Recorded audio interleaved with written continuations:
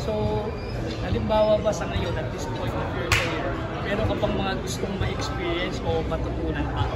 Oo, marami pa akong gustong matutunan eh. So, hindi naman ako nag-settle down sa ano. Kung ano pwede ko i-improve, i-improve ko. So, yung 4 points,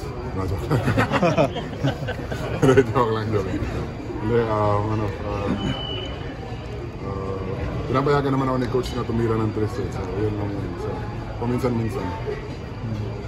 Tumitira ka na ng 1 points? Practice? Oo, tumitira ka. Pero, di ako na-shot eh. Pero, 3 points wala bang plano na mas tumira ka ng 3? Pinapano naman ako ni coach eh, pag bakante. Huwag lang masyadong, kahit ako naman hindi, ayoko rin maganda yung titira lang lagi ng 3 kasi hindi naman talaga yun yung strength ko. Nasa poste talaga ako. So, paminsan-minsan pag mga bakante. Yun man, nung natalo nga kayo ng Game 6 pero ikaw yung nagpatablad doon sa bago yung kay Newsam. Ano ba nangyari doon? Wala, ano na lang yan. Breaks of the game na lang yan. Nataon lang na mapunta sa akin. Shoot. So, ganda sana eh. Basta namintis ko yung mga awit. Wala rin, bawi rin. Nasa plano ba yung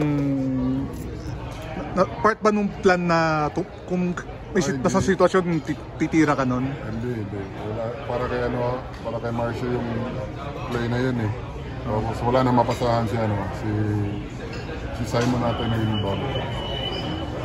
So, in the future? Oo nga, ganda lang In the future ba, may chance ba na kasama ka na sa plano na ikaw titira?